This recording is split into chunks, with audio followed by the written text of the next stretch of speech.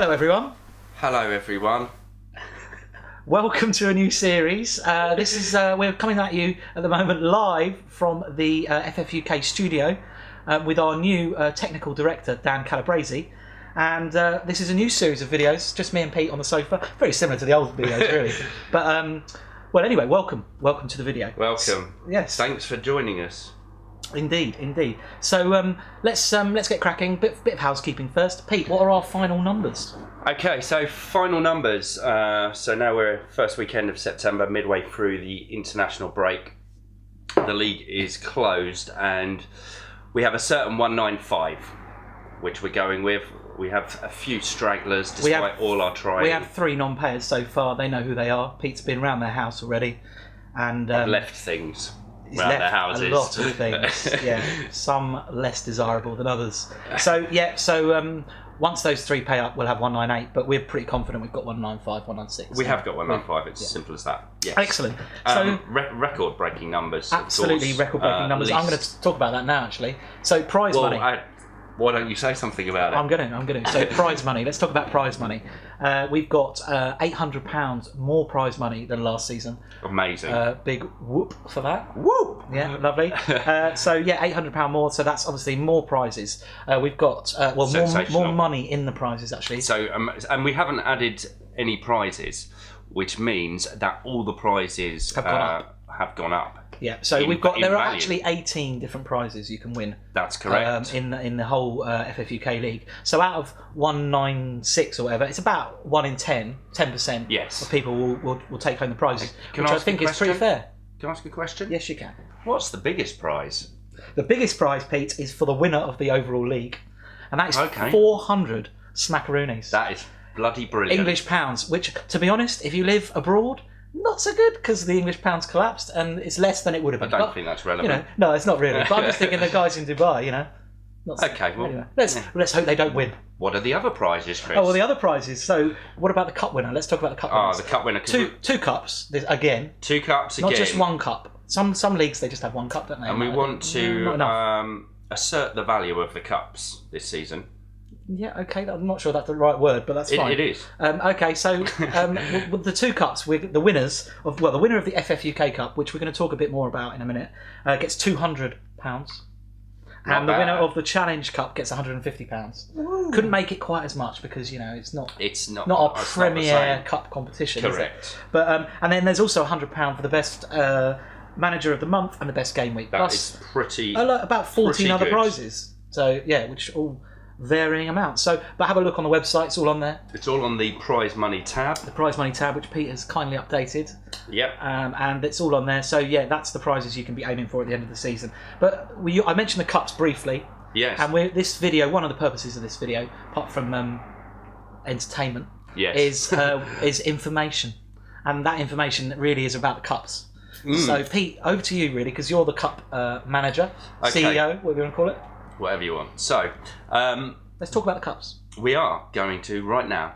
The numbers this year, over 192, mean that we can have a split of 64 players in the FFUK Cup and another 128 players in the Challenge Cup, which means a side of 2 or 3 people in the entire league. Everyone is going to be in the cups this season. Yeah. Obviously, the better of the cups with the prize fund associated is the FFUK Cup, hence the smaller numbers. And if I could just maybe tell you a little bit about how they're going to work. Oh, I'd love to. Okay, so I'd love you to. The month of October is qualifying. That's important. It's incredibly important.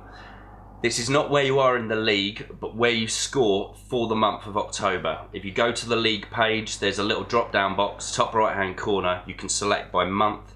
If you select by October, during that month, you'll see where you place. The 64 best teams are going in the FFUK Cup. The next 128 teams, which is 65 to 192, will be put into the Challenge Cup. Okay, so you've almost baffled me there with numbers, Pete. Break it down. Let's talk about the FFUK Cup first. Right, okay, so the FFUK Cup, so the top 64 in October are going to go into a live draw, which is going to be carried out sometime in November. They will then start playing the FFUK Cup fixtures in December. And how's that draw going to happen? It's going to be live. Me and Chris doing it every single month through the cup. We're going to do a live draw, A live video draw. Anyone out of those 64 can be playing anyone. Absolutely, that's the wonder of a random video draw, isn't it? Oh. And also, it won't just be me and Pete. You'll be happy to hear we'll have other people involved as well. Oh yes, absolutely. Brilliant. Already got a couple of special guests lined up. So. Oh, amazing. Absolutely. So that's the FFUK Cup. So we've talked about that. What about the Challenge Cup? So the Challenge Cup is going to be a bit different, and different to last year as well. So, and basically due to the numbers. So 128 people are going to go in that cup. The qualifying is in October, and it's going to be played from November, which means as soon as October's over, effectively those cup fixtures are going to be organised. And they're going to be organised by seeding. So player 65 for October is going to be playing 192, 66, 191, and so on. So, but luckily you've written all this, haven't you, on the website again? Of course, it's already on the website for you. Excellent. So once again, we'll give you the info for that later on, and check it out. And all the info's there. So is that everything about the cups? Or? Well, just to say, of course, I'll be doing regular posts regarding the cups, updating you on fixtures, scores, etc. as we go on. Excellent. Look forward to that. Good. One other thing on the Challenge Cup in particular, I wondered if it might be a nice idea if we asked the viewers or the FFUK community if they wanted to sponsor the cup. That's a great idea, Well, Chris. it might be a nice idea. You see, what they could do is, if they have a little company or if they just want to do it themselves. Like if someone works for milk, they could call it the Milk Cup. Yeah, or if they work for Worthingtons. Yeah, that was another one. Yeah. Coca-Cola. Yeah, it's like someone's already thought of this. Yeah, okay. So, but you don't have to work for one of them companies. We'll put any name to it, pretty much. Yes. Oh, we may have just opened if you're in up a can of worms there. You could call it the ABBA Cup. The ABBA Cup. We don't mind. Basically, we're going to have the FFUK Cup as our premier cup competition. Absolutely. But the Challenge Cup is a bit like the League Cup for Premier League teams. I mean, it's nice to win it. Yeah. But at the beginning of the season, it's not where we're aiming. Absolutely. So maybe, so if anyone wants to sponsor, company name, individual name, basically sponsorship means you buy a trophy, you get it engraved, and you either present it live at the end of the season at the awards ceremony or awards night or whatever we do, or you do it by video or whatever if you can't if you can't get to the end of season. Whatever you want to do. Absolutely. In fact, we're open to hearing. If you want to get involved, it's good exposure for your company. I think absolutely. I think that's the primary. I mean, you've got 195 other people that are going to look at that and think, well, I might want to buy a lawnmower. Yeah. From there, or whatever. Or an ABBA album. Well, less likely. They probably already have one. Depends who you are. Anyway, should we move on? Yes, please do. Okay, so the next section I'm just going to call it Chit Chat. Oh, like our WhatsApp group. We have got a little Chit Chat WhatsApp group. Is it going to be as abusive as our WhatsApp group? It's probably less abusive because we've got, younger viewers. Okay, good. Anyway, so just to clarify, me and Chris have our own fantasy Chit Chat WhatsApp group. Yeah, I don't know if you really want to be telling people that. Yeah. Your idea. Well, to be honest, it was handy at the time when I needed to get through a message to him. I think I can't remember what it was. But anyway, so a little bit of chit chat really about where we're at in the season. I'm going to stop saying the phrase chit chat. Okay. It's annoying me a little bit now. You're annoying yourself. And unbelievable. Okay, first of all, it's the international break. Yes, it is. Let's talk about that. Okay. Well, a bit annoying, isn't it? It is annoying every season. I get very, very bored and don't really know what to do with myself. I ended up watching Question of Sport, which was a low point yesterday. Yeah. It's still not funny. No. And that's sort of the depth I've sunk to, really. Well, I mean, there is a distinct lack of good sport on. Well, there's a lot of other sports, but not a lot of football in the international week. And I mean, we've got the England game on. I was surprised there was no games on Saturday. Well, there were in the Football League. Yeah, but there was no international games. No, it was a strange one. As I say, I don't know why we have international football for England. I think we shouldn't bother. But, just cancel it. Well, it's just a waste of money, isn't it, really? Isn't it? Yeah, absolutely. We're paying for it, the taxpayer. Oh, yeah, it's like West Ham Stadium. Absolutely. Yeah. All right, okay, so let's not moan. Let's not have a moan. We already have. Okay. Let's talk about Wildcards. Yes. You're on yours, aren't you? I am on my wildcard. I'm particularly bitter at the moment because he was desperate. They've definitely adjusted the price changes, the algorithm this year. Wildcards aren't affecting the price changes at all at the moment. They said that. Wildcards don't affect prices. It's official. Anyway, so it means I haven't made any cash on my wildcard really, which is a bit annoying. But it has given me plenty of time to solidify my team and make a plan, considering there's been a bit of a strange situation during this international break. Talking about Aguero? I am implying, the elbow. inferring. Yeah, the elbow. The Aguero elbow. Big news, Big news this week. He's banned for 3 games, 2 of which in the Premier League. Yeah, 1 League Cup. 1 in the League Cup. We don't worry about that. No, but we do worry about the Challenge Cup. Oh, yeah, we do. Soon to be renamed. So basically Aguero lashed out. He did elbow. Was it Winston Reid? Winston Reid. Very unlike him, actually. The guy couldn't talk afterwards. I mean, well, you say very unlike him, but there's no excuse. If that, I'm going to repeat it. If that's Diego Costa, the world is, ending. Yeah, I thought it was pretty soft, actually, to be fair. What, you think it's all right to elbow someone in the neck? Depends on the situation. Can I elbow you in the neck? Oh, you probably have done. Can I do it right now, live in front of our viewers? No, thank you. I'm all right at the minute. See, you wouldn't want it, would you? And so you couldn't talk. I mean, that would be benefit for everyone. So, I mean, that has changed everything. I mean, I was so close to hitting the wildcard button. You've left it too late now. Well, no, not really, because you've just admitted you haven't made any money. Damn. I haven't lost any money on price rises or losses. I've obviously got Townsend who's going down, Sanchez who's going up down. that I haven't got, and Aguero who's going down, but I can afford a price drop on Aguero. It is a huge thing. It's the biggest thing. It's shaking up everything because it looked like everyone needed Zlatan and Aguero, one decent midfielder, and a load of mid-range midfielders, and it was easy. There's actually about 4 different approaches to what to do with the Aguero situation, of which wildcarding is one. Fortunately, I've already wildcarded and I'd basically already planned to, so it's actually a bonus for me that there's that to deal with. Yeah, but I mean, okay. So my plan is quite simple, I think. I've either got to take Aguero out and bring in a striker, simple, no transfer hit, or I do a 4-point hit. I'm not even used to saying it. I don't do them very often. I take a 4-point hit and I bring in, say, Sanchez or Ozil in midfield for a mid-range midfielder. Okay. So they're my 2 options. Or I hit the panic button like yourself. But I don't need to. Although the Luke Shaw news has clouded things, but I think that's probably just an international injury. Nothing. And we've discussed international injuries before, haven't we? Yeah, some of them are just rubbish. Okay, so we're not going to keep you. I hope you make the wrong choice. Of course you do. Yeah, well I know you will, so that's fine.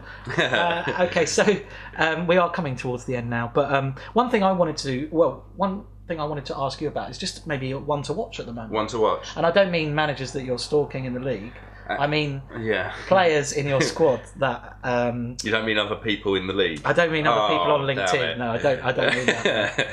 Okay, well, I actually think it's very early this season. I think last season a lot more was in evidence at that time. At this time.